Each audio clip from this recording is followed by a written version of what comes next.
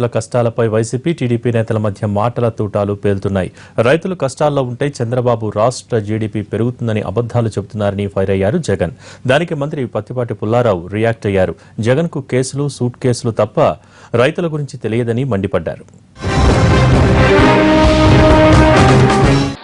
రైతులందరూ అవస్థలు పడతా ఉంటే, గ్రామీణ ప్రాంతం అంతా కూడా అగసాట్లు పడతా ఉంటే, చంద్రబాబు నాయుడు గారు మాత్రం జీడీపీ గ్రోత్ రేటు, రాష్ట్రం గ్రోత్ రేటు విపరీతంగా పరిగెత్తా ఉంది, దేశం కన్నా ఎక్కువగా పరిగెత్తా ఉన్నాము అని చెప్పి చంద్రబాబు నాయుడు గారు స్పీచ్లు ఇస్తారు.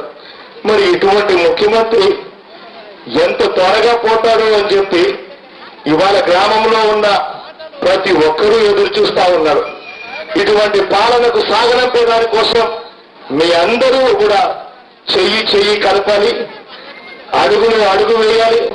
చంద్రబాబు నాయుడు గారు లాంటి వ్యక్తులు మోసం చేసే వాళ్ళు, అబద్ధాలు ఆడే వాళ్ళను బంగాళాఖాతంలో కలిగే పరిస్థితి వస్తుంది అన్నది అర్థమయ్యేట్టుగా చెప్పాలి. జగన్మోహన్ రెడ్డి బతికినంత కాలం ఓదార్పు పేరుతో ప్రజల్లోకి వెళ్తాడు. ఎందుకంటే మంచి కోరుకోని వ్యక్తి చెడు జరగాలి, ఓదార్పు పేరుతో అక్కడే పోవాలి.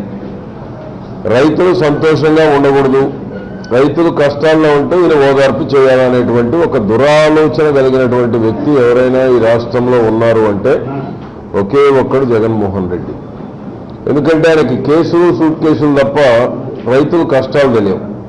జగన్మోహన్ రెడ్డికి కేసులు, సూట్ కేసుల్లో ఉన్న అనుభవం, రైతు ఇబ్బందులేంటి, రైతు కష్టాలేంటి, వ్యవసాయం ఏంటి అనేటువంటి తెలియనటువంటి ప్రతిపక్ష నాయకుడు.